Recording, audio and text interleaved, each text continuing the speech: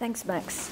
Thank you all for coming. It's great to have such a truly interdisciplinary audience. And I'm a little nervous, mostly because I don't know anything about practical wisdom. But then that's why we're here. This conversation actually started for me when Max showed me a copy of Barry Schwartz's book, Practical Wisdom, which I hadn't read before and was very interested in. It's a plea really against the increase of regulations built into modern institutions of a sort that are really preventing professionals from exercising practical wisdom in daily decision-making, as Schwartz sees it. Things like imposing curriculum on teachers or mandatory sentencing guidelines for judges. I really don't know anything about institutional design. I'm primarily approaching this from the point of view of someone who works on Aristotle's ethics. But I'm really interested in thinking about some of the ways that the problem of practical wisdom might be shared across different disciplines. So I'm really interested in the conversation.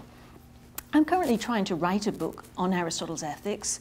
As Max said, I'm coming at this from having worked on his natural philosophy, so I'm not primarily an ethicist.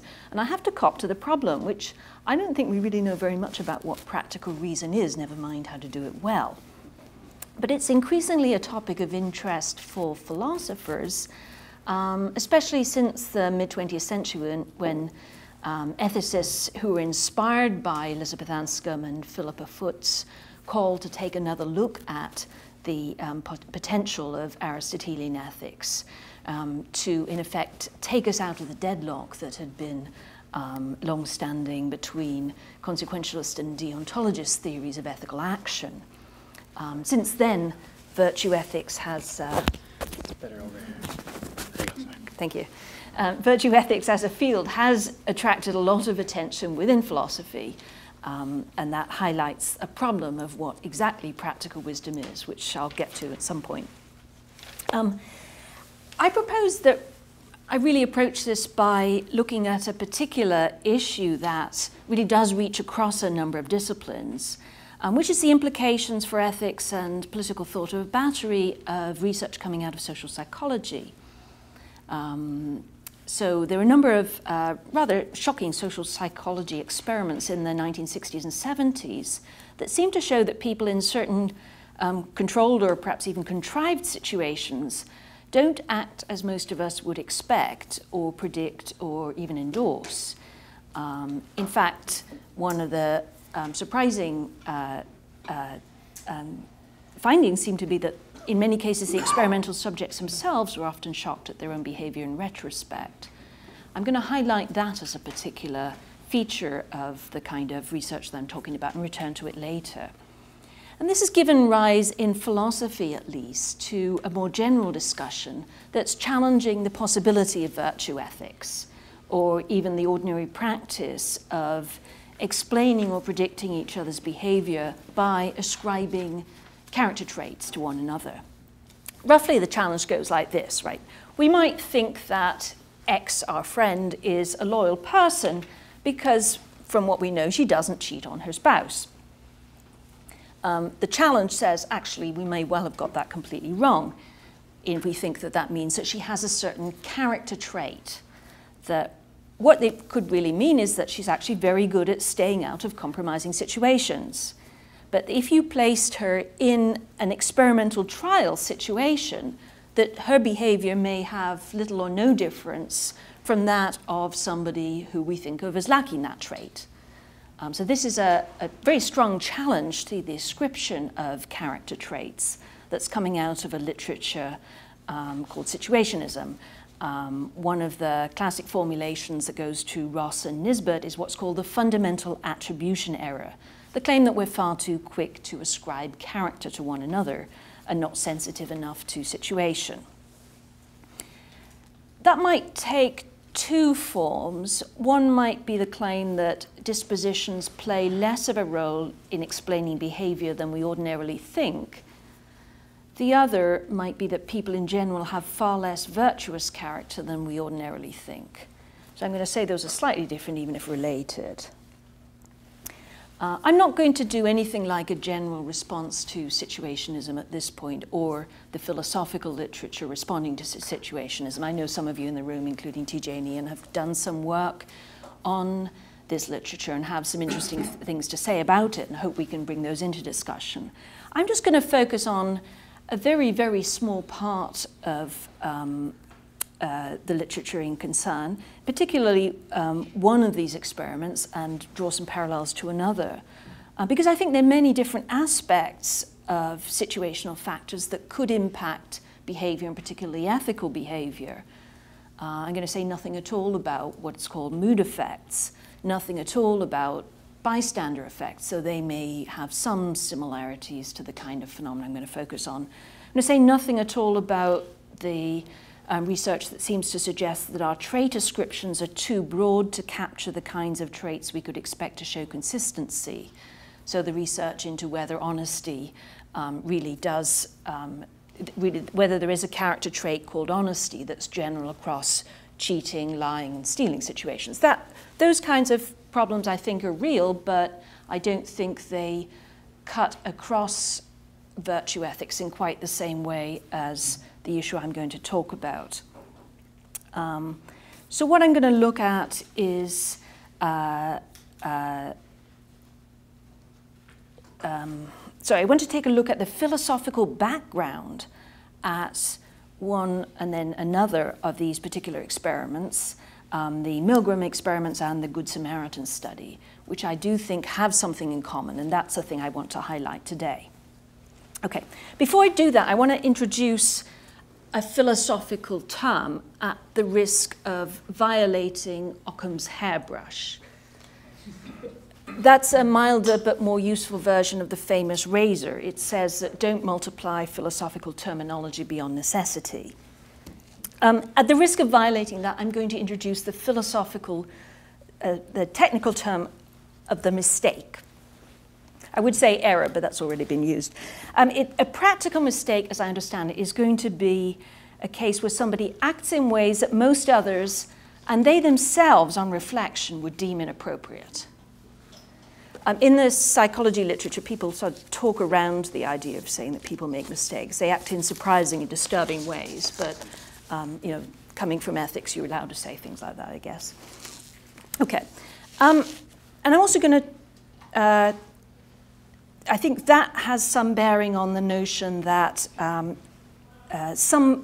one philosopher in particular has brought to bear in responding to the situationist literature. John Doris talks about lack of character in his book, which is trying to think through some of the implications of the situationist literature. Lack of character can have two meanings, right? It could be the case that we're claiming that somebody doesn't recognize certain sorts of actions as being a mistake, or that they are highly prone to making certain kinds of ethical mistakes. Doris, I think, is taking the latter tack. He talks about some of the experimental subjects as exhibiting weakness of will. I think that's really just a misreading of the experimental evidence. So when I say that I'm going to highlight a feature that I think is common between both the Milgram experiments and the Good Samaritan experiment, I think they both are conflict situations. And a conflict situation is one that's especially prone to inducing these kinds of mistakes. So that's my claim, at least, about how we can read these experiments and what they might have to do with the problem of practical wisdom. Okay, that's the background.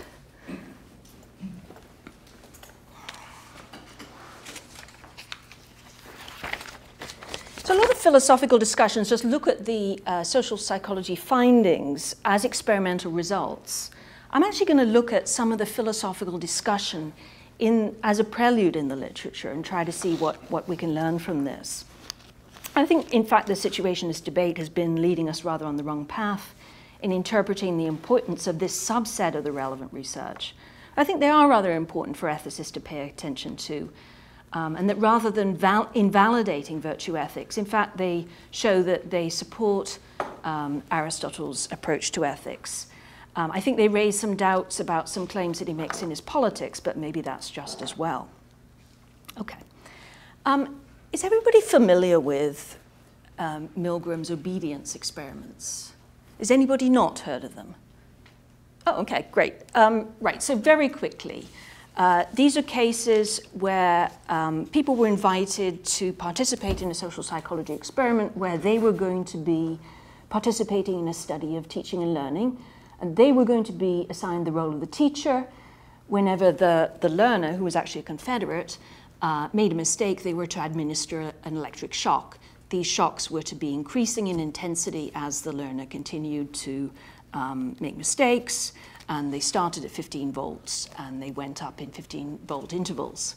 So the question is how long people were willing in this situation to continue shocking this obdurate learner who really was behind the screen, screaming, protesting increasingly, and exhibiting signs of pain. How long the experimental subjects were willing to continue when prodded by the experimenter, how many were willing to simply stop the experiment and leave. So that was the basic setup. There are a lot of different ramifications that Milgram went through in trying to see what situations made a difference in people's willingness to do this.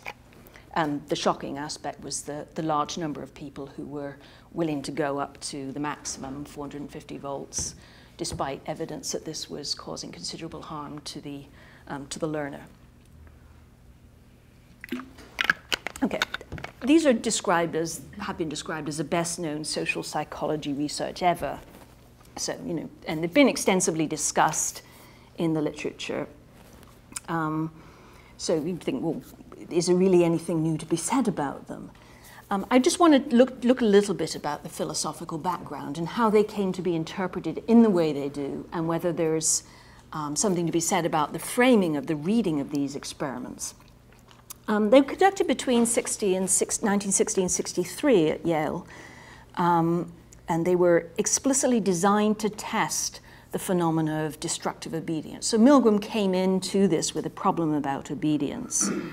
He'd been particularly disturbed by the revelations of the death camps and the atrocities associated with the Nazi regime. And his reading was insisting that these weren't exhibiting widespread existence of sadistic tendencies, but rather the potential that those in power could mobilize atrocities by utilizing something as benign as the conditioning of ordinary citizens in modern society towards obedience. So that was the framing that Milgram brought to this. Quote, these inhumane policies, he's talking about Nazism, may have originated in the mind of a single person, but they could only be carried out on a massive scale if very large numbers of persons obeyed orders. So he's looking at obedience as a psychological mechanism that links individual action to political purpose. That's a direct quote. That is, it's something that he sees as being ubiquitous in modern society, but open to exploitation. So he's really concerned about the political implications of this tendency. His first results were published in 1963, the same year that Eichmann in Jerusalem was being written. In the initial article, he refers a lot to the social psychology literature on the authoritarian personality. And in the 1974 book, besides Weber, most of his philosophical antecedents are contemporaries who are really writing in the wake of totalitarian regimes, Arendt, Adorno, from Alex Comfort, Arthur Koestler. So it's really, a focus of this literature is on the idea that certain personality structures and social norms fostered the success of these horrifying political regimes. He's been criticized by some readers for, in effect, exonerating the perpetrators of the Holocaust by focusing on the alibi of obedience, or by drawing parallels to this demoralized account of evil that comes out of situationism. He acknowledges the presence of additional factors in the case of the Holocaust, particularly the presence of hierarchies with an ideology that presents certain individuals as inherently inferior. He recognizes that, and yet nonetheless decides to leave that aside from his study and to focus instead on the phenomena of obedience.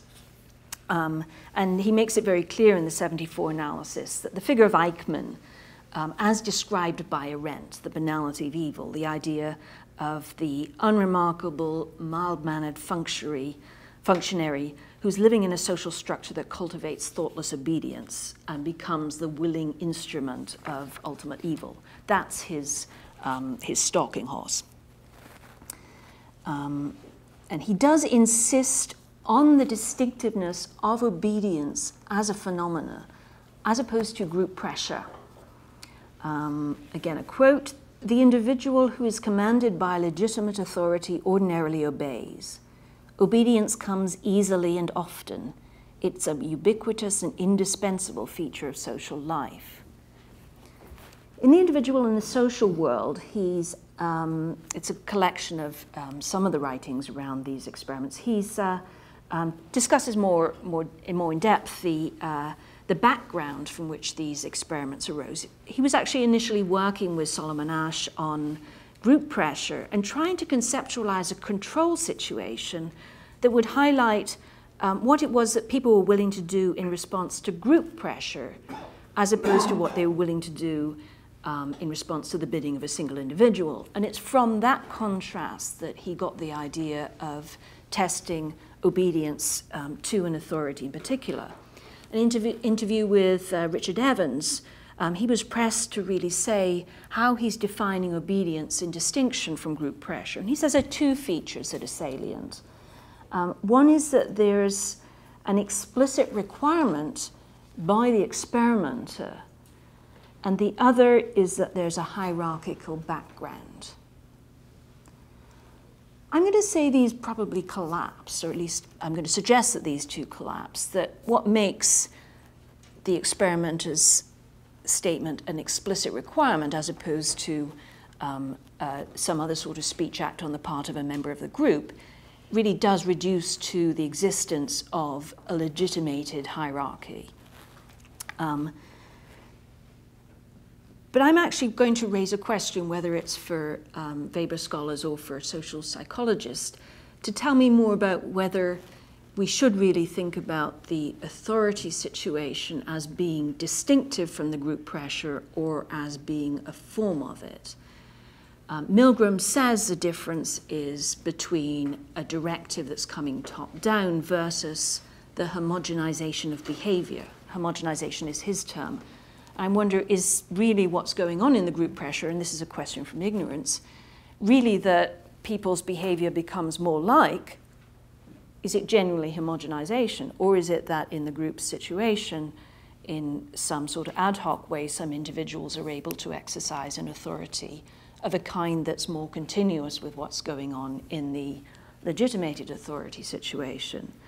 I think that's a question of great interest if you're thinking about the political implications as well as perhaps the social psychology. I'm not as sure that it has as much to do with the ethical implications, whether or not we think that people are, as Milgram puts it, abdicating individual judgment in a very different way. He says, what we have in common in both instances, the abdication of individual judgment in the face of some external social pressure, but there are also factors that are quite different.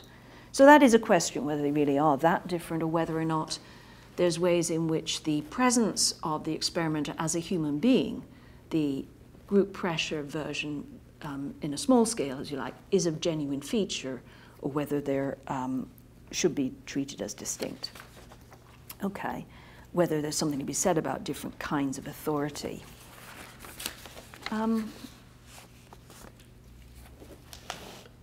Jerry Berger at Santa Clara recently replicated Milgram's experiments in 2009. I think there's enough literature to suggest that the findings are in fact robust, but I'm rather interested in Berger's reading of them.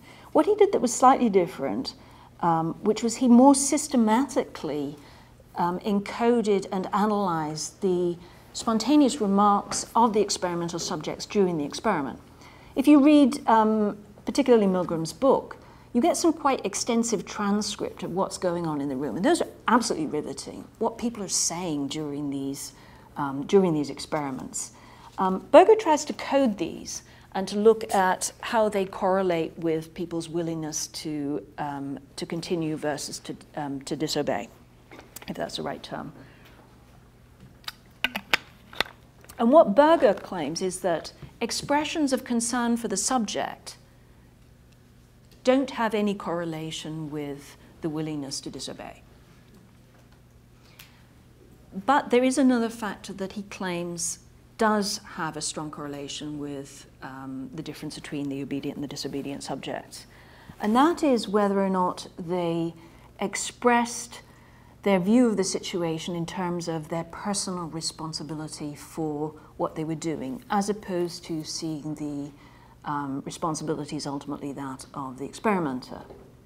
That's the one factor in the way he, at least in the way he coded the off-the-cuff remarks of the subject that seem to be strongly correlated with the difference between the obedient and the disobedient. So I want to highlight that and set that aside. But interestingly, I also want to highlight a claim that Berger makes, which is that this is not, in fact, the Milgram experiment, a case of obedience at all. He makes this claim based on looking at the directives, the prods from the experimenter.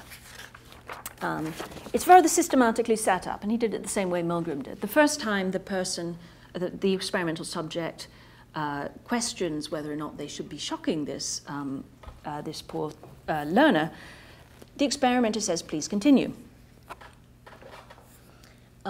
If the person doesn't, or if this happens again, the experimenter will go from please continue to the experiment requires that you continue.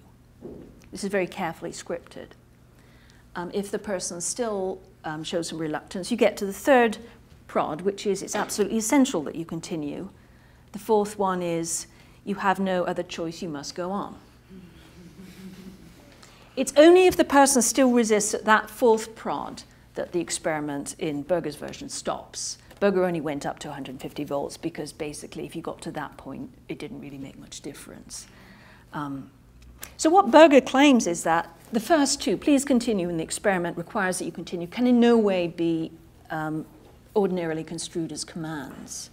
It's only when you get to the third one, or the fourth, it's absolutely essential that you continue and you have no other choice, you must go on, could really be not ordinarily construed as commands.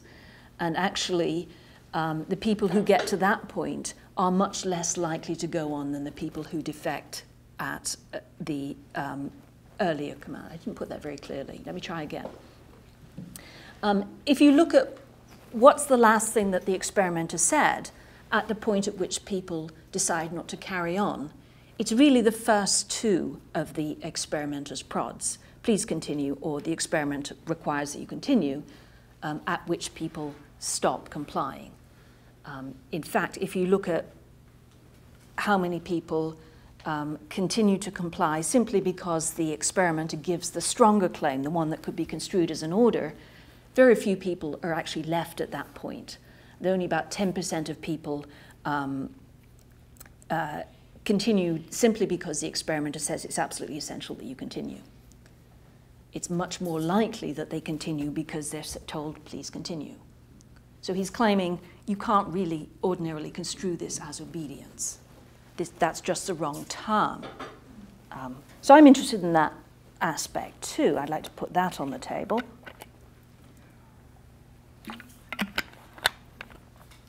So with that thought in mind, that maybe this isn't really about obedience specifically, it's about something else, I'd like to talk just a tiny bit about the Good Samaritan experiment. Again, does anybody not know the basic idea behind this one? Yeah, okay. This was done by Darlene Batson at Princeton Theological Seminary. And they're again working in the situationist tradition. They ask a group of seminary students to go and give a lecture across campus. Half of them are told they're in a hurry, others aren't. And on the way to give the lecture, they run across somebody on the ground writhing in pain.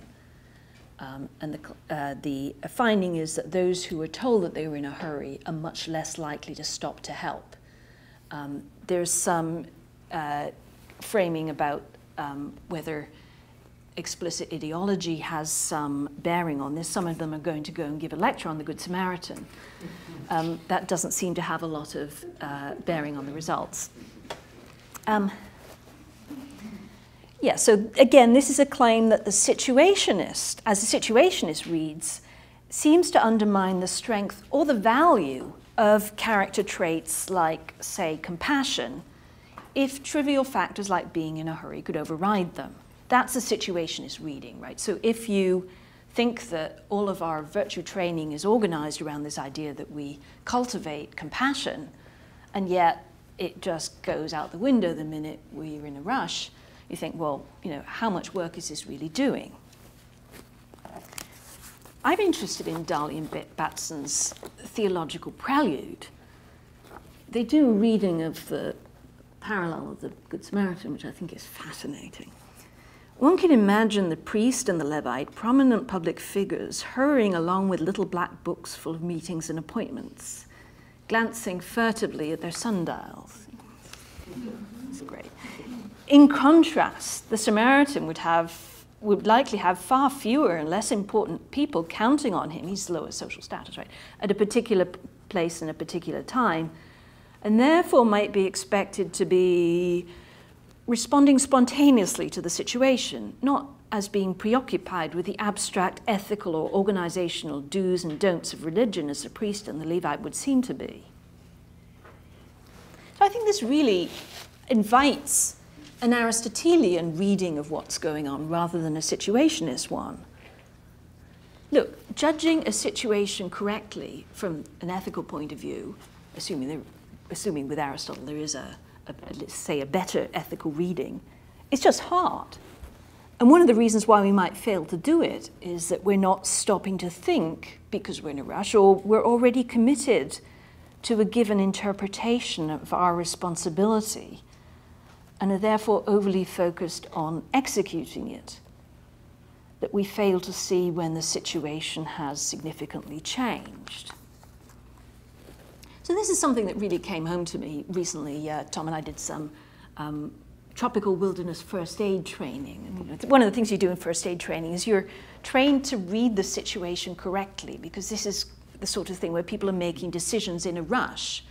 And it's important to avoid some common mistakes and get it right. You know, we all go for the blood, and yet we might not notice that there's a fire hazard or something. So one of the first of the training protocols is scene survey. You know, it's giving you a sort of rubric or a checklist or whatever to avoid some common mistakes in making the initial judgment about what sort of situation it is, right? You know, you go through your ABCs instead of going straight to the blood. You check whether or not the person's breathing has stopped or whatever. That's really helpful if you're in a situation then when you have to make a quick judgment. Is it situation type A or is it situation type B? But that's the trap. And this is where most of the mistakes I've ever made come in. It's in first aid. It's, I don't know, I'm sure I've made plenty others. Let's say first aid isn't really about my ethical ability. Maybe it is. It's when you've committed yourself to seeing the situation as type A, and it's subtly changed into a situation of type B. And, you know, dummy here doesn't get that it's changed because you've sort of organized everything around a certain interpretation of the situation. And I'm suggesting that's the very easy mistake to make. And this is what Darley and Batson say about the seminary students in the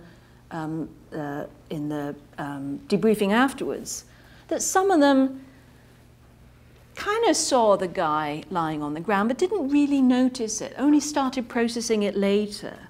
Quote, they didn't perceive the scene in the alley as an occasion for an ethical decision because they were hurrying. Or they did notice and made an explicit decision not to stop. Quote, he was in conflict between stopping to help the victim and continuing on his way to help the experimenter. So the reason why people, in some cases, were making mistakes is because they had a conflict of obligations. I think that's quite different from the problem, say, of mood effects or the issue about the generality of trait descriptions. Of course, being in a hurry wasn't the only factor that led to inappropriate behavior. There were some people who weren't in a hurry who made some interesting mistakes of another sort. I think this is beautiful. This is again, it's from Darlene Batson. The victim's response to persistent offers of help, this is by the person who wasn't in a hurry, was to reassure the helper he was all right, had taken his medicine, just needed to rest for a minute or so, and if ultimately necessary, to request the helper to leave. But the super helpers in the latter category often would not leave until the final appeal was repeated several times by the victim. Supposed victim, right? The Confederate, the guy who's told to lie on the ground and scream every time a theology student goes by. The victim was growing increasingly panicky at the prospect of the arrival of the next subject, since it usually involved the subjects attempting to carry through a preset plan, e.g. taking the subject for a cup of coffee or revealing to him the strength to be found in Christ, and did not allow information from the victim to change that plan. We originally labeled this sort of helping as rigid. So again, I think that's another way of not seeing the situation aright. Perhaps excessive solicitousness might be another sort of mistake, if you like. Okay. So here's my suggestion, really, that focusing on dispositions as a key to virtue really is going to get it wrong. It won't do the sort of work we need it to do. As in fact Aristotle had told us, the situationist reading is that all we can do is to learn to avoid or prevent the kind of situations that lead us to make mistakes, rather than cultivating dispositions because they think they don't exist. And this is a very interesting analogy by Zimbardo, who's the situationist who designed the Stanford prison experiments. And he made this comment in a sort of retrospective collection on the Milgram paradigm, where he's making a plea for the ethical the implications for ethical education of the situationist work. That, you know, the problem that we in our bad folk psychology dispositionist readings is that we tend to think of evil as coming from the few bad apples.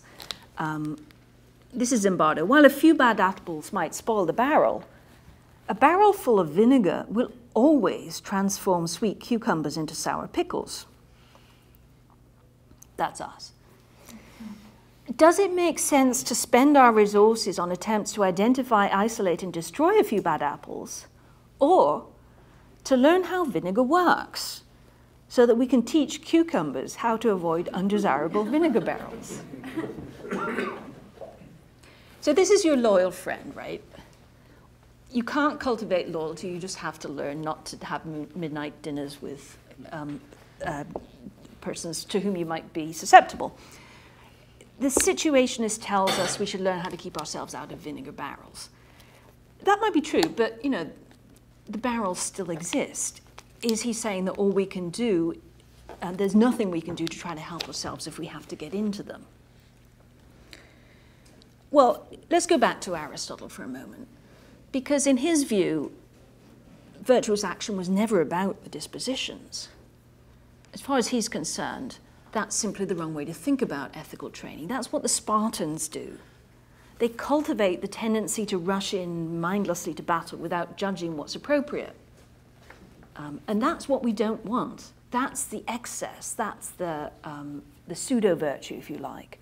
The training doesn't produce the virtuous action, the truly virtuous action, and doesn't produce anything even like it in tricky situations. And that's the whole point about the doctrine of the unity of the virtues. He thinks you need to have them all, but not just that, is you need to have practical wisdom, the ruling virtue, the one that judges what kind of situation it is, and therefore what kind of response is called for. If you're simply training someone in the disposition, you're not anywhere near what counts as virtue.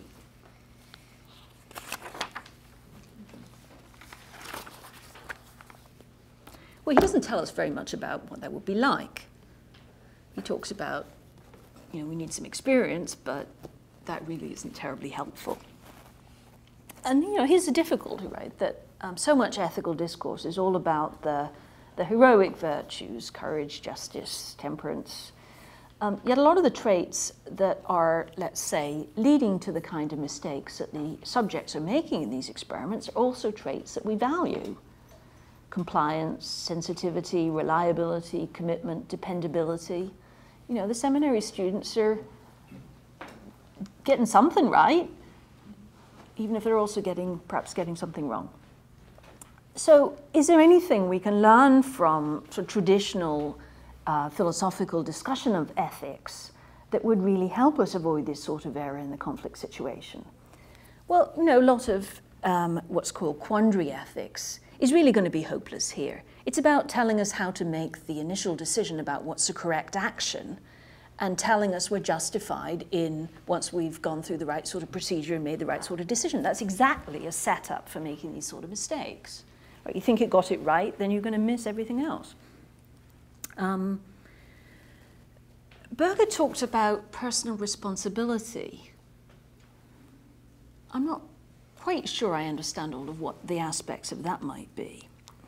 But I keep coming back to this little anecdote about when the oligarchy was established. The 30 summoned me to the hall along with 4 others and ordered us to bring Leon from Salamis that he might be executed.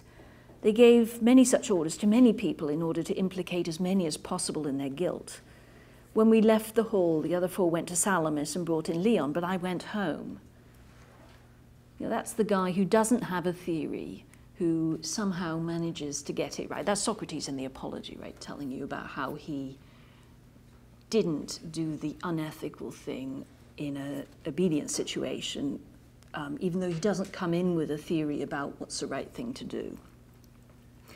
Again, I think thinking through what resources there might be in ethics, or particularly in ancient Greek ethics, which is the part I know best, I keep coming to the Stoics. They're rather good at preparing us for recognizing what the implications of our role commitments are and distancing ourselves from the provisional assessments we might make of our assigned job, maybe recognizing the disruptive role of emotional engagement when it comes to shutting off our judgment, or sort of recognizing the distinction between the macro and the micro perspective. So I think if there's any any of the philosophical ethical discussions that might be useful in these sorts of situations, that might be one sort of resource. But traditional ethical thought has always been framed the discussion of the person of practical wisdom as autonomous, the person who's self-ruling. That's a discussion that's come under some criticism recently, particularly from feminists who object to some of the individualist assumptions behind it. But I'm also concerned about perhaps the authoritarian implications of this emphasis on the idea of ruling oneself.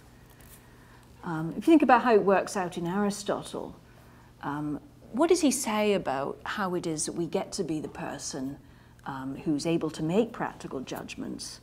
Well, if you look at what he says in the Politics, he seems to think of this ability to make those judgments as something we gain by ruling over other people. That's why he only thinks of the male heads of household as being the people who are appropriate candidates for citizens. People who have to work for a living are warped in their judgment by the financial pressures they may be under. Slaves have no deliberative power, and women do, but it's not authoritative. And I think he means literally that it's not cultivated in the context of ruling others. So I'm a little suspicious of that kind of notion of self-rule. I'm wondering whether or not it goes with some sort of a tendency towards rigidity of thinking. If you think about self-rule as meaning suppressing desires into some sort of prejudged behavioral channels, or there may be kind of a necessary step in moral judgment, it hardly seems to really capture the subtleties of the kind of problem we're talking about here. So this is a really tentative suggestion. I haven't really thought it through or know really where to go with it, but rather than thinking in terms of autonomy, perhaps we might get some more mileage going back to Aristotle's ethical thinking again, this isn't what he says, but maybe a way to read what he needs as opposed to what he does in the politics, and to think in terms of integrity, not in the sense of honesty, but in the sense of integration, the idea that the virtues of the individual need to be working together, and that we shouldn't think of character in terms of isolated dispositions, but as an ability to judge correctly what sort of situation it is, and really to approach everyday situations perhaps not so much as a compartmentalizing role player doing what the role demands, but as an integral human being. So really to think about what the implications that might be for Schwartz's question, perhaps the suggestion here is that really the best teacher isn't the person who's very good at playing the role of the teacher. This is something that really only came home to me. I credit it to Tom here from having thought about what it might be like to be teaching 24/7. Because really, if you think about approaching the job as a job of a teacher in terms of playing a role, then there's a potential for being confused when the script ends. But perhaps the person who's best at playing that particular role is the one who isn't playing the role at all.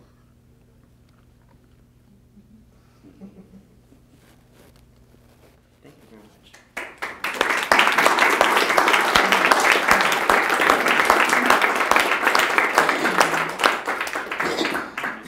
That was a wonderful discussion, and we've got a remarkable diversity of expertise in this room from different perspectives and disciplines, and I'm eager to open up the discussion and bring in people from psychology, philosophy, and political science, and other fields.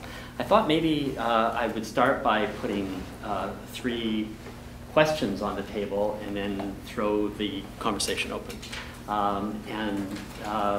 I'll direct traffic a little bit and take questions. We'll give you, you can intervene whenever you feel moved to do so. But the first question that I think occurs to me is, beginning with your insight, which I think is an incredibly important one, that when we think about the Milgram experiment, for example, or the Good Samaritan, we're not dealing necessarily with people who have lost or suspended their capacity for acting ethically, but rather they're caught between different kinds of considerations, and they're following different traits, if you will. They are rushing to a lecture. They're trying to help an experimenter conduct an experiment, but they're also incapable, seemingly, of stepping out of that situation and recognizing a larger ethical dilemma that's been placed in front of them. And that's where practical wisdom seems to be important, that ability to recognize the nature of a problem and to recognize it as such as an ethical issue. And part of what makes the Milgram experiment so compelling is that this is clearly a situation in which even the subjects themselves recognize that what they did, in retrospect, they're uncomfortable with. But often, as you say, what practical wisdom is, or what wisdom is elusive, and we don't get from Aristotle much about what this actually looks like. And so the sort of first question I wanted to pose is that a virtue of practical wisdom, or is it a problem for practical wisdom? And that's an argument I think one could take in a number of different directions. The second question that I think we might address is has to do with whether there whether there might be a hierarchy of virtues, because in a sense you're inviting us to think about.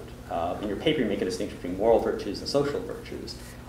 That's not something you've brought out in the talk, but you've talked about the different considerations that go into the choices that we face. And is there a hierarchy? So, for example, when you think about teaching a child not to lie, the first thing you do is you say it's absolutely wrong to lie. And you hope that the child is sufficiently obedient to learn this. And then children learn that there are special cases. And as the children become more sophisticated, they are able to sort of think about balancing the need on occasion for deception in order to, for example, protect a friend or to help somebody. So does that suggest then that there is a kind of a hierarchy of virtues of which, in effect, practical wisdom is at the top, this idea that it's the ruling virtue. And then the final question is, can practical wisdom be taught? And I think you really ended on exactly that point. Is this something, did the subjects learn from the Milgram experiment? Do we learn from the Milgram experiment? Should we treat our students as fully mature, autonomous agents that we must respect as equals?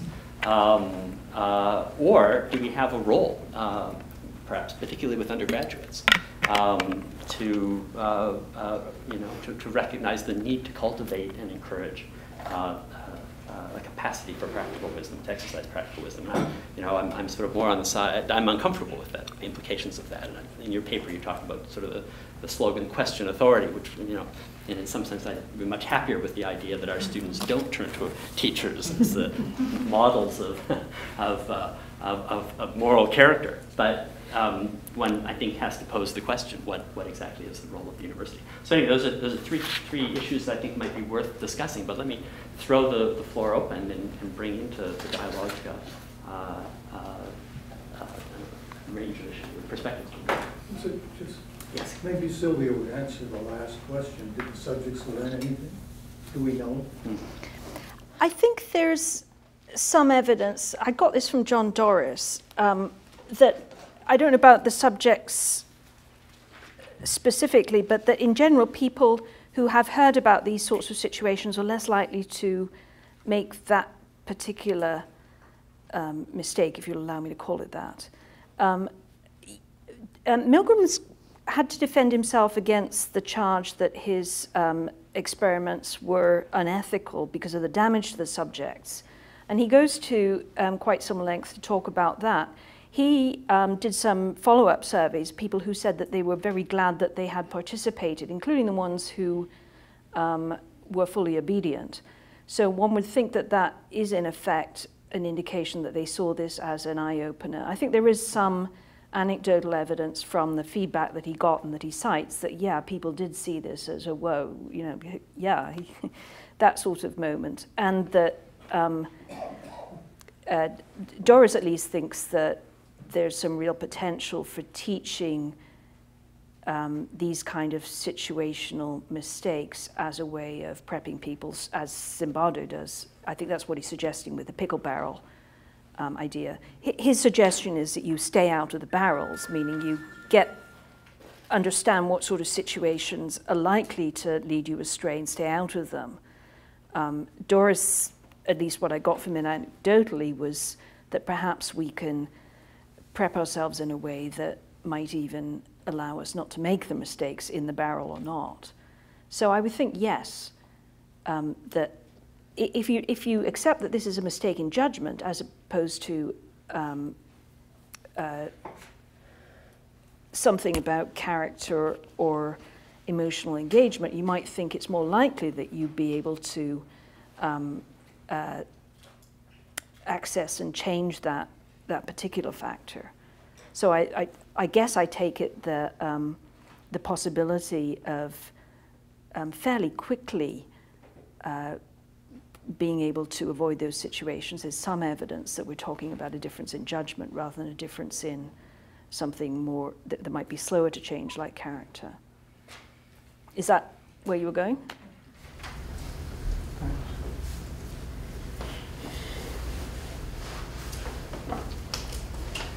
Could you reflect on another set of well-known experiments, the Carol Gilligan experiments?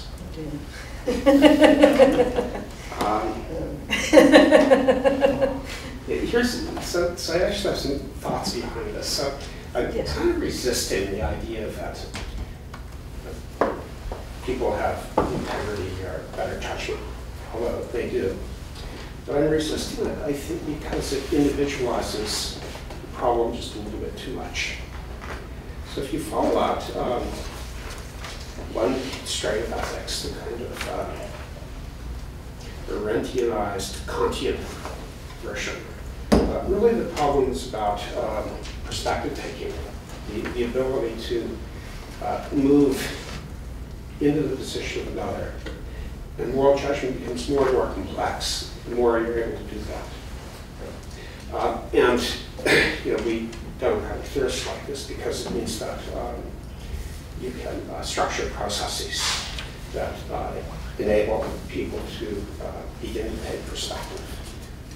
If you give others voice, they can say where they're coming from. Under the right circumstances, others can empathize with these positions. And through that process, you kind of build up a capacity to judge that looks more political than it looks like it's individual. Now, coming back around to Carl Gilligan, I have a couple of daughters, and I was just impressed, as my wife was, at how much they talked about dilemmas. Again, contrasting her notes with parents of boys who don't do much of this. They're always working on these social situations. From a kind of a Rentian perspective, it looks like they're developing these representative capacities, a greater speed than boys, right? And this would then get to the kind of Gilligan male-female approach to ethics. Sort of packed a lot in there, but I think my thoughts on this are not terribly clear. Otherwise, it would have been a sharper, clearer question. Yeah, I'm going to give you an answer that's neither sharp nor clear nor really addressing what you're saying. And one of the reasons, yes, one of the reasons why I hate the word integrity is that there's a reading of that which is playing into the sort of Kohlberg approach, as I only have it secondhand. I haven't actually read him yet. But I think you might think that what we mean by integrity is some sort of commitment to a top-down approach or rule-following approach that would exclude emotional sensitivity to the situation or the role for particular attachments. And I really don't mean that, what I'm trying to get at is a notion of an integral human being, which might actually go in the opposite direction. I'm particularly interested in some of the work by people like Naomi Arpley on the way in which we can actually learn by looking at our emotional responses, which may actually be wiser in some cases than our explicit commitments to ethical theories. So if you allow that possibility, then there's no sense in which the traditional way of conceiving the commitment to judgments versus excluding the role of emotional engagement would be the way to think about ethical judgment at all. Can I stop there, or should I say some more? I'm not sure. I think that, some of us are political theorists rather than philosophers. Yes. In part because once upon a time, political philosophy was taught as applied ethics in philosophy departments. And so this idea that you can find rules and apply them seems really strange if you come from a political perspective.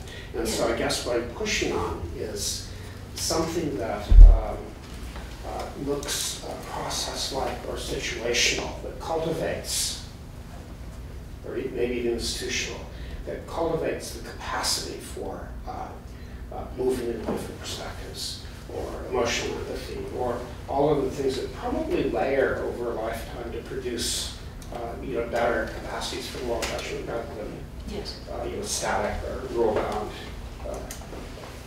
types of responses. Yeah, I think that's got to be right, that spending a lot of time thinking and talking about the subtleties of judgment and ethical situations and becoming very finely aware of the sort of ways that we get it wrong or where other people's perspective may have something to offer that we didn't see right away. That kind of cultivating experience has got to be the way to go.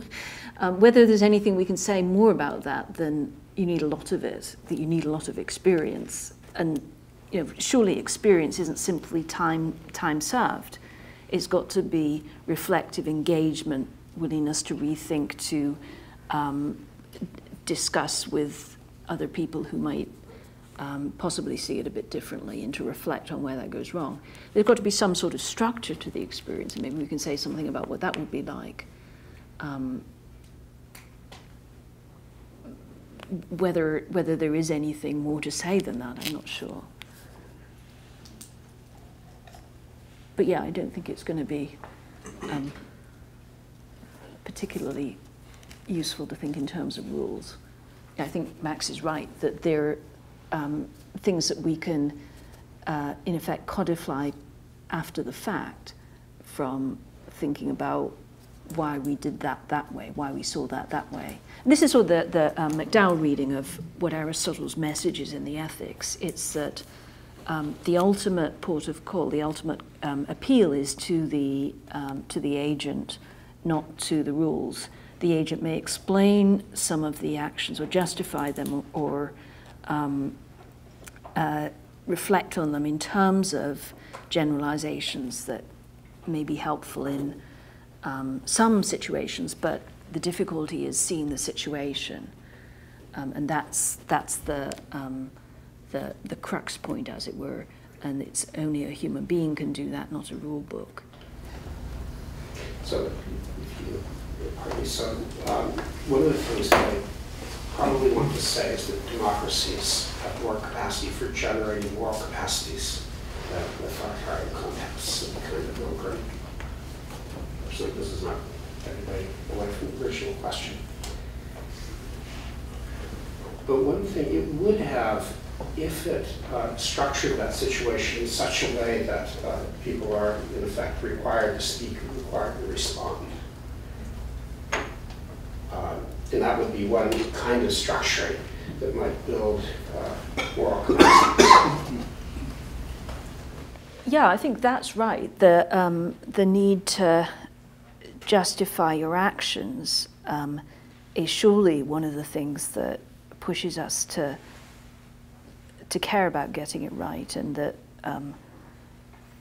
makes it more likely that we'd have to engage with that. I think that's part of Schwartz's point, isn't it? That putting professionals in particular in situations where, as opposed to mandatory sentencing, to sort of strengthen institutions around peer review and the kinds of mechanisms for cultivating, certainly not simply allowing arbitrary power, but putting in mechanisms that allow for reflection in a way that requires people to justify what they're doing, but also does allow for that the situation of cultivating judgment by practicing it. I think I'm summarizing it rather badly, but you can probably say better. Exactly right. Michael. Yeah, I'm a developmental psychologist, and I would ordinarily not speak in crowds such as this because I'm more naive than I'd like to be about the philosophic roots of some of these issues. But social psychology experiments were really the meat of your discussion. I've never read one, by the way, that I liked. Just to say that as an over. Some colleagues of mine have been doing studies recently on the notion of self-unity or self-coherence. Mm-hmm. And in some of these studies, we invite young people to report out, or just volunteer some things that they have done that they are in retrospect proud of, and other things that they've done which they feel ashamed of or sorry that they've done. And without going into detail about what we went on to press them about in terms of these situations that they volunteered, it turns out that at least our Canadian subjects, and this research is cross-cultural, and there's some, I hope, interesting cross-cultural differences here, about the notion of self-unity, which, if I have it right, a shadow has been cast upon that, on certain kind of postmodern views. But if you're a rank-and-file young adolescent Canadian, you claim that all of the acts for which in which you take pride are the result of virtues that reside inside you, and all of the things that you're ashamed of are the consequence of circumstance. Okay. Interestingly, the Asian subjects, although these are people who are recent immigrants and are actually physically present in Canada, take a personal responsibility for both the actions that they're proud of and the actions for which they're ashamed. I could go on about that, but inherent, I guess, in my question is that somehow ghosting behind much of this discussion is a presumption about the role of self-unity.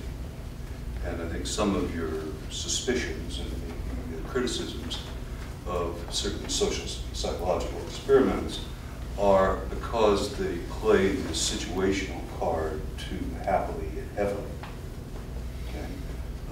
But that seems implicit in that is some commitment to the notion of self-unity. And because that's, as I understand it, an increasingly contentious view, I just wonder if you could comment on that. If I were to ask two questions, which I really want, it seems to me that from a perspective of someone like Habermas, the notion of practical wisdom is almost a non sequitur. That is, if one envisions things like technical, practical, and emancipatory knowledge, that wisdom doesn't lie in practical knowledge, but in emancipatory knowledge. But I'll save that question for private conversation. I hope somebody else would take that one up. I don't claim to be very well versed in Habermas. Unity of the subject.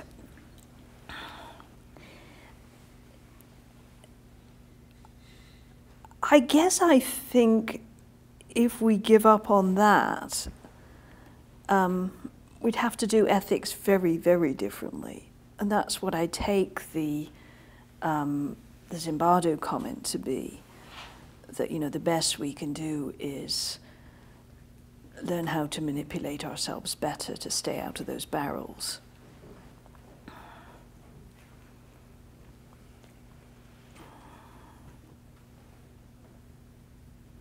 Well, call me deluded. No, I mean, I think we probably all share a cultural assumption that, yes. That one of the worst things you can do is be a two-face. Mm-hmm. Okay? And much of morality, as we understand it, I suppose, is predicated on the assumption that we're somehow at unity and not some kind of plurality. Yeah.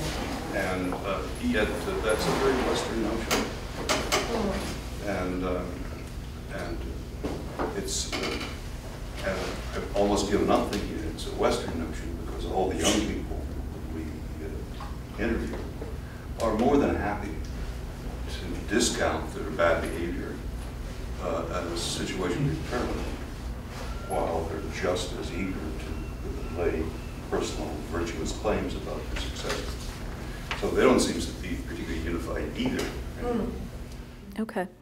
Well, I think, let me press you and see where you want to go with this. I mean, I think there are two different kinds of non-unity, lack of unity. One was one I was calling compartmentalization, and the other might be response to situations.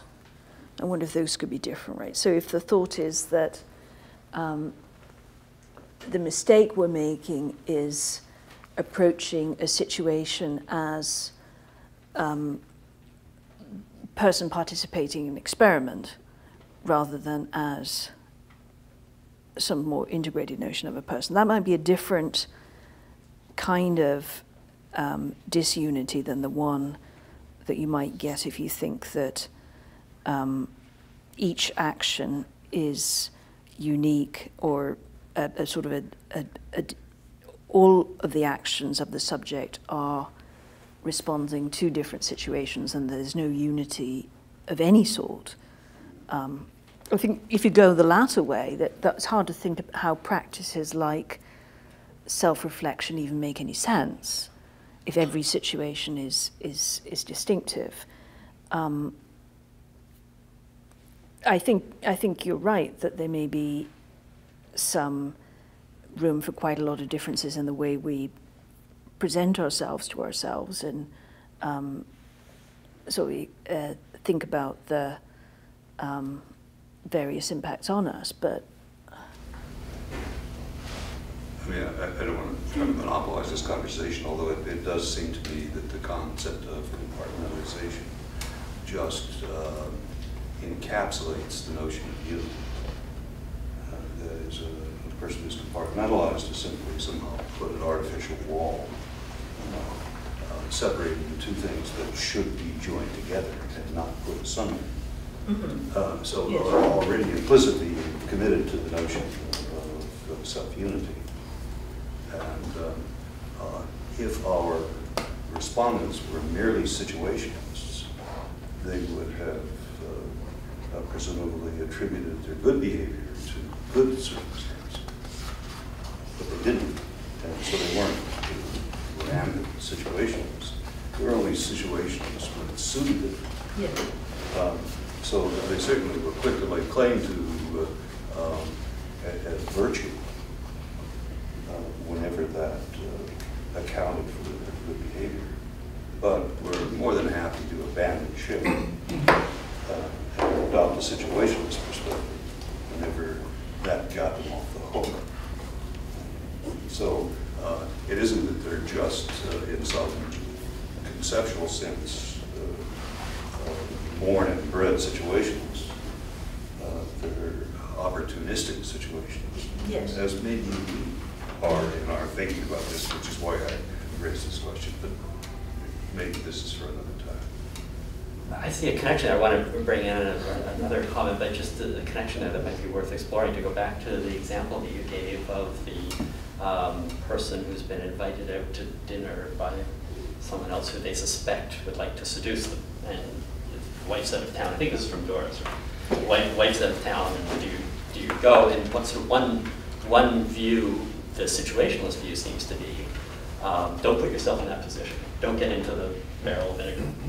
So it sort of suggests that there's a rational part of your brain that's saying, I understand the ethical implications of this, and I'm going to pre-commit myself to the course of action that's going to avoid the conflict. That I know that another part of me that I don't trust, my effective part, is going to get control. So there's a divided self that you're struggling with. Whereas, doesn't the Aristotelian perspective say the right thing to do there is to think about what are the implications of this course of action for me, for the other person, for my spouse? In other words, to make the empathic leap that Mark was talking about, to think about the range of implications and the effects of one's actions, to recognize this as a dilemma, as an ethical dilemma, and to make the choice that that is true to oneself. We had a workshop on China recently, in which there was a discussion of Wu Wei, and the idea that that these kinds of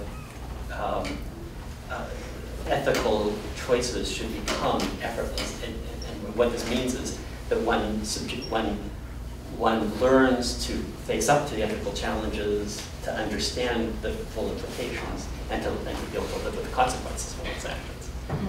So does that get at some of this tension? Is that part of what this sort of unified self is all about? Well, it would certainly get around the idea that you could only go to situationism for the things you didn't like, as opposed to necessarily being required to sort of input those facts and to think about where to go from there. Because I think that would actually be an important impediment to learning if you do take that perspective. So I think you might say that that would, assuming, as I am, that learning is possible. I guess I think I would have to close shop as someone doing ethics if I gave up. If all we could do is stay out of the barrels. Let's hope this isn't just my sort of professional pose speaking here. I have, I guess, a question or comment or something in between on the unity issue as well, because, I mean, it seems like there might be two things going on here. We're talking about unity, like talking about personal unity as a descriptive fact about a particular group of teenagers, and then there's another potential claim where personal unity is being used as a sort of a normative guide to ethical behavior. So if the teenager says in the situations where they did something they're proud of that they're good, they have these virtues, and if they do something they're not proud of and they say, oh, that was situational, maybe the problem is they're just making a moral failure there. They're making a mistake. And not so much that there's a problem with unity as something we want to get to through the moral life. I mean, maybe that's more a Platonic one, and maybe that brings in some of the self-rulership, and maybe that puts some of that back on the table. But, I mean, do you think that there is maybe a tension between whether or not we should be thinking about unity as something, as a precondition for moral or for practical wisdom, or rather possibly this is part of the goal? Because I thought from what you were saying that it was more about something we were aspiring to. Yes, that is what I should have said.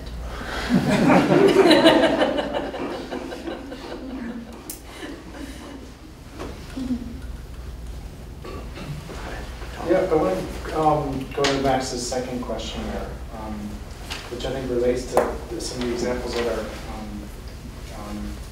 being discussed. And that is the hierarchy of virtues. And it seems like such an obvious point, but it wasn't mentioned here, and almost never is when people talk about Milgram. And that is the institutional situation of the experiment. And I do think that's almost everything. Yes. We had a question about Weber and whether Max Weber would see how he might interpret the authority structure of the different situations. But I mean, certainly we would need to break down what makes up, or what the definition of the situation is in simple sociological terms. So the definition of the situation is explicitly educational, experimental, and scientific. So this is an experiment that deploys the instruments and the choreography of scientific experimentation. Yes. So the second command seems so important to me when the experimenter says that experiment requires. The real word, I think everyone's focused on the require, not on the experiment part. I'm helping out an experimenter here. There's important things happening here. So the context is not really political as much as it is scientific. And then in the other situation, it's partly religious. So you see someone you know you're going to give a lecture, or you're a seminarian, and you have this Good Samaritan on your mind. So you know that the higher authority is not the experiment. It is doing the right thing, as it says in the New Testament, right? So, I mean, I think what's not unpacked so well from the Milton stuff is the concept of authority. For Weber's word was Herrschaft, which is the same word Hegel used, which is translated as lordship. And there, the focus is on the person. And it's on everything that the person has in their castle, with their army and everything. But that shifts in a modern context to almost a sheerly impersonal structure of mere rulership, which is probably how we'd have to translate that today. Mm-hmm. And that seems to be what's operative, or part of what's operative, in spite of the presence of the experimenter in the Milgram experiment. Yeah, I mean, I think it's Tully who does a read on the possible differences between the political and the scientific case. So, this is expert authority, therefore the idea that you would cede your judgment to the experimenter or the sort of institutional structure of the university that had presumably authorized this case is pretty important in thinking about why people went along with it. And Milgram himself was very conscious about that. He tried one set of trials in a grubby Bridgeport storefront to try to take away the hierarchical authority of, or the expertise authority of Yale University, try to see whether that made a difference in compliance. And it did, though not a hugely drastic one. Yes, certainly the idea that people have committed to a situation where we're used to the idea that you don't know the big picture here. Somebody has deliberately designed a setup where you're supposed to be naive. That's the whole point. The experiment wouldn't work if you knew all that was going on. Therefore, you're ceding a certain amount of your judgment by virtue of signing on for the experiment. That's what experiments, social psychology experiments, are all about. Yeah, that certainly has come up in discussion. But kind of what I was interested in from the authority point of view is whether, if you think about the experimenter as issuing a command and that being something different than what's happening in a group pressure situation, you'd expect it to be enough that it come over a loudspeaker, not that the experimenter's presence makes a difference there, right? That there's, if it's simply a question of authority versus group pressure or some kind of interpersonal relation, then the presence of the experimenter right there shouldn't make a difference, whereas in fact it does. The proximity does make a difference to compliance rates. And if you're thinking about, well, what is there really this separation between obedience and group pressure, that oughtn't to be a factor, whereas it seems to be that somehow it's not that we're only reacting to the top-down authority, but we're also reacting to the notion of disappointing somebody that seems to be, to me, to be at least potentially more continuous with the sort of effects you get in group pressure situations.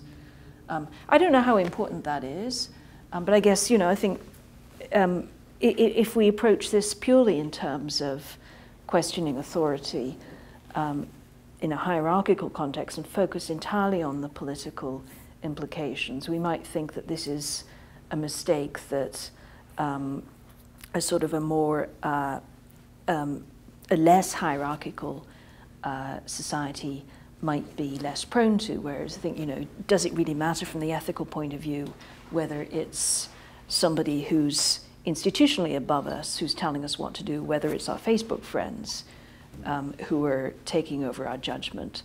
So I guess I'm more inclined to think that the problem is more parallel to the group pressure situation and is not only about our response to hierarchies. But that's a question I simply don't know, and I'd be interested in what people who know more about the group pressure effects, whether they see that as being homogenization versus some more transitory kind of authority that comes from, I don't know, charismatic authority, something that some people are able to enact that without institutional legitimation in the temporary aspect of a group.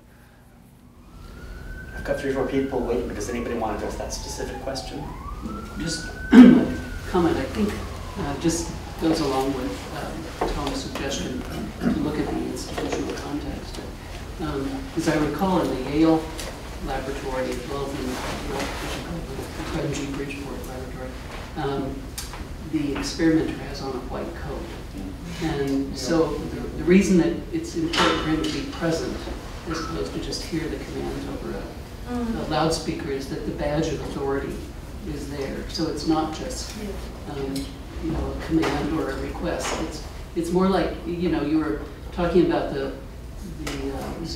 or someone's new reading of the different command requests, and you know, it starts out with please, which doesn't sound like a command. But when when a policeman tells me, please step out of the car. It's important that it's kind of a person with the uniform on. And so I think that white coat is an important aspect of it. So it makes it more authoritative as opposed to kind of group pressure. Anything else right on this? Yes. Actually, Milton explicitly talks about the symbolic power of the white coat, and he says that obedience, in the case of these subjects, started way before they set foot in that room, because obedience is the unquestioned norm for them, and when they come into the lab, they actually expect someone to hold authority.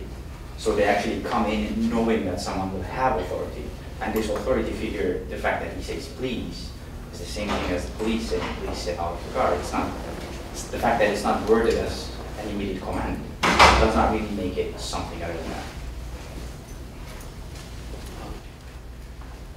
Yeah, so I was thinking, one of the things I like about the seminary case, I'm not sure how well it speaks about practical wisdom per se. You get this reading of the seminarians as having this kind of self-conception where they understand themselves and they want to this kind of David Bell, where they self-write a particular kind of image of themselves. And some of them are sticking to that script, right? They're given very tightly, whereas others don't. And it's this picture of the self, right? Big questions of unity aside, but this picture of the self that people are trying to, let's say, sort of act out in a particular kind of way. And then we have these kind of institutional settings, or just plain old discursive settings that have these kinds of features that enact particular kinds of scripts that people have to sort of perform. And I mean, I think about that when I think about the kind of privileges that white people might get, and the inability to see the kinds of things that their own whiteness prevents them from seeing. Like when the cop asks me to get out of the car. It's more than just, please, it's get the fuck out right now. But I'm thinking more about this picture of the self, and I don't know how if it speaks well of practical wisdom terribly or not. And if there's more to be said about the self than practical wisdom per se, I mean, are there bridge concepts, or is there kind of a bridge account that we would want to? Do you want to see that? Could there be some sort of relation? Because I just see more than practical wisdom is what we want to inculcate. Yeah. Well, I guess where I'm getting the normativity, if you like, from mistake is that the subject himself afterwards says, oh, I wish I'd seen that. Right. I'm not imposing any judgments about, not bringing to it any particular view on what one should have done, but the situation where you yourself do something in the heat of the moment that you wouldn't have done on reflection, where there's actually people quite disturbed by what they saw themselves doing. So that's where I think there's room for talking about wisdom.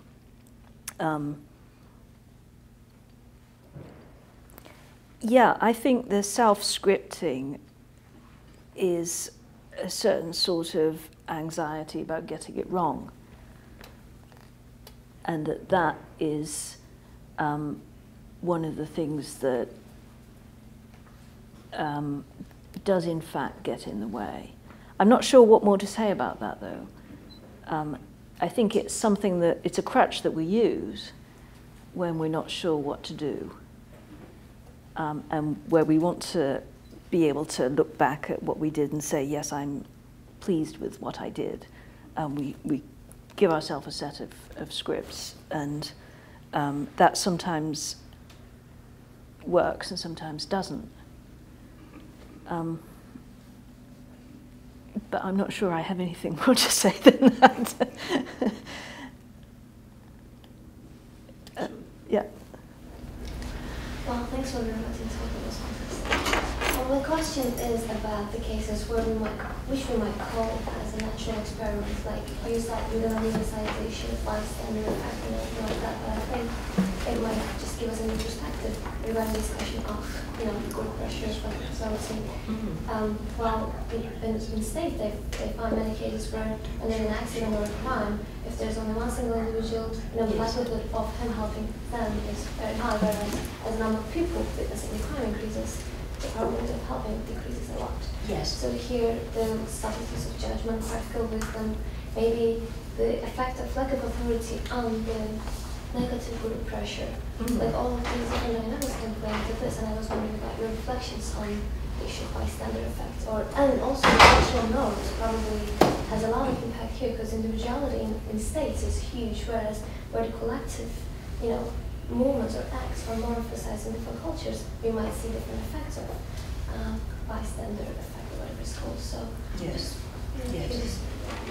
Thanks. Yeah, I do think the bystander effect is probably closely related, and as I understand it, it's something like it's very hard to maintain confidence in your own reading of the situation when a lot of people are visibly not reading it that way. So if there are 17 people around who seem to think the appropriate thing to do is nothing, it's very hard for you to maintain confidence in your own sense that the proper thing to do is something. So I think that might be a version of, or something that could be related to the way that our hesitation or epistemic modesty, our willingness to doubt our own reading of the situation, is sensitive to what other people, how other people are reading the situation might be going on. But I don't think I could give you a very developed thought on that. What do you think? Well, I think at least where I'm from, which is Turkey, when there's an incident, there's no matter how many people there are, they're all trying to help people. Sometimes not really helping, but at least trying to. Yes. Yes. So whereas in States, what you see is, I think the cultural norms play a lot in terms of your individual, response to an act. Yes. No matter how many people are there, and so there's a lot of things going on. I'm wondering about the people, opinion who works on authority and group pressure. Really, I think lots of different perspectives will come into the equation here, but I don't really know much about it as well. So yes. That's it. Yeah, we're going to go to David Mushman. Max mentioned affect a little while ago, and I want to go back to that because something that's truly terrifying about making decisions, ethical decisions, is that I think there's a lot of forces that go into shaping our decisions that we just have absolutely no control over or are unaware of. And so, the general question is, what's the role of affective and also visceral concerns in shaping behavior, even when we think it's rational or practical, or whatever you call it. And I'm thinking of a particular study in the United States that's terrifying to anyone who's ever launched a court appeal or expects to launch a court appeal, which is myself someday, I'm sure. I'll be in a situation where I'll have to somehow beg for mercy of the court. And they track these appeals at the circuit court, I can't remember where, and they track them throughout the day, and found that an inordinate amount of appeals are being turned down right before lunch. Yeah. And more were being accepted right after lunch. Which, if you think about it, is terrifying because someone's life hangs in the balance, and it depends on whether the judge is hungry or not. And so I wonder, that's one particular such example, but when we're doing day-to-day situations, we find ourselves trying to make these practical decisions. What role does being hungry have to play in our ethical decisions? Or any number of things that might creep in. How do we account for that when we're trying to develop models or explanations? Yes. Yeah, and that goes into the general mixed bag of, I guess, what I was calling mood effects. I think those are the sorts of things we definitely have to train ourselves. I think that's the right response to that, the staying out of the barrel. Yeah, absolutely. I don't think it's terribly ethically complicated, as in, it's easier to be nice on a sunny day. And we have to get better at not making bad decisions just because we're hungry. I think, yes, it's the practical problem is real. I don't think the ethical problem is as complex somehow. But I grant you that's something to be very aware of. To keep judges well fed. Yeah. Not just that, teach judges about the data about when judges make mistakes, or you know, get aware of the statistics on that kind of stuff and get self-reflexive. Because, you know, I think once you know about that, you can and should and need to manipulate yourself, or make sure that you're calibrating for those sorts of things. That's great information to have, right? This might be an all over the place question, and I'll try my best to get it through. So I'm very sympathetic to the thing that you mentioned in last, where the integrity approach instead of the autonomy approach. So the suggestion there is that we should approach daily decisions not as compartmented individuals with a set of rules or ethical commitment that we already committed to. And instead, like, we should look at the individuals in action or in practice, or so I'm not sure. But like, okay, let's take that into say the goal here is now to the goal is here. Oh, sorry, to have a good political participants in public discourse in making collective decisions. So now the goal is to get those people, like to educate those good citizens if we want. Seems here we have a paradox. So if the sort of political participants in public discourse does not have a set of commitment they already made, they will be very vulnerable to the group pressure, all the influence from other people.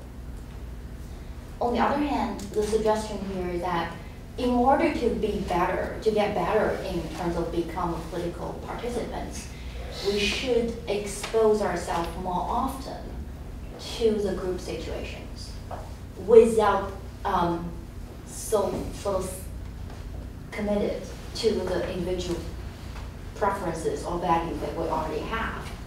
So I'm just a little bit confused as to like what prescriptions here we have from the integrity approach as to how to educate good citizens. Like, you know, should I expose myself more to the group opinions? To what extent? If I don't have an already existing commitment to certain social rules or ethical rules that I should be playing, how can I make myself not so vulnerable to group pressure? It seems like a dilemma here. Like, how do we? Yeah, and that's where I frankly don't think I have anything terribly useful to say. I think I'm sympathetic to what Max articulated, which I think is the basic framework that Aristotle starts out with. That yeah, at a certain point, you actually need to work with rules and explicit commitments, but maybe the ultimate goal would be to not let them rule the show. But there is no formula that I know of to know how to do that. Because I think you're right, that if you give up on them completely, you don't really have very much to work with. So I don't have anything interesting to say about how to manage that. I guess I just want to think about what the ultimate shape of ethical development, if you care to call it that, would be like. Politically, I'm not quite so sure what to say. I think it'd be really interesting to bring Mark in this, because Mark put a question to me over the weekend that I think is very much relevant. In fact, it's sort of what I had in mind in the first question that I posed. So if I could just sort of state, and then if you want to add to it, maybe something quite different that you have in mind. But I think part of the question that Mark was posing was, we live in, you know, morally complex societies. And so the fact that there's not a lot of content to the idea of virtue, or what is moral character, is that something that should reassure us, in the sense that we might say, well, people can have a range of different moral morals, and that's fine. We all can do better at being ethical people, better citizens, better rulers, regardless of what the actual substance of our moral commitments is, there are ways of doing this better. And so I might disagree with you about, should there be civil disobedience over the Keystone Project, or should we have a debate about whether Planned Parenthood should be funded by the federal government? We have different we have different views on this, but we can recognize courage and principle and discernment and a variety of qualities when we see it in leaders and citizens when they act on these things. So the fact that there's not a lot of content to the notion of virtue or moral character doesn't really matter. Or is it exactly the reverse, that we're never, the only way that we'll ever agree on what it means to do the right thing is we have a set of there has to be some sort of background knowledge that's shared. There has to be some kind of ethical community that we're part of. And a virtue ethics is only really going to work to do us any good as citizens if we actually, share a set of commitments, a common set of values. And so in fact, it's really quite conservative. I don't know whether that was sort of where you were going to go, but I think that's a really fascinating problem. Yeah, I was actually just going to do a very quick follow-on to TJ's point. There are experiments. There are more and more interesting experiments in deliberative democracy, and so the answer is that groups that are homogeneous tend to make people worse, and groups with diverse opinions tend to make people better. So there are experiments that show, for example, people who are latently racist, right? If they all go into the same room, they start talking about it, then they all become overtly racist.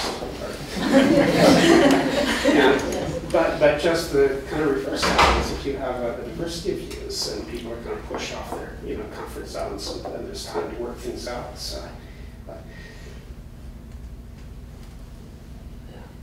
on the sort of diversity virtue thing, I'm just kind of struck in sort of modern, well-developed societies, the degree to which some kinds of broad virtues, like just recognizing others as persons, those virtues have much more stickiness now, I think, than they did 30 years ago or 50 years ago, which is a really important piece of ethical growth.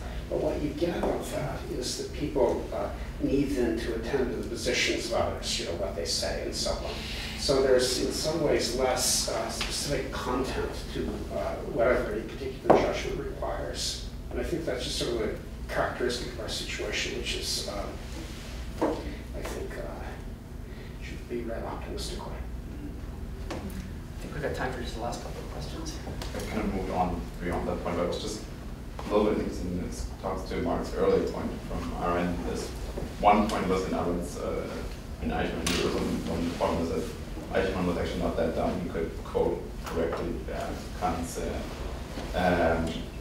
categorical imperative. But the other one is that the very other end that speaks to the lack of subjective thinking. The other big important mechanism that she talks about is the role of ideology when the moral world is turned upside down, when all of a sudden right becomes wrong and your crime becomes expectation and so forth.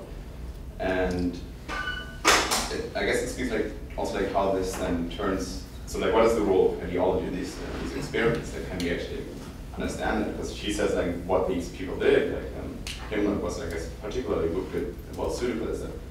Rather than saying oh my God, what did I do? It's like, oh my God, what did I have to do for the service of a bigger cause? And the role of ideology that's beyond my control.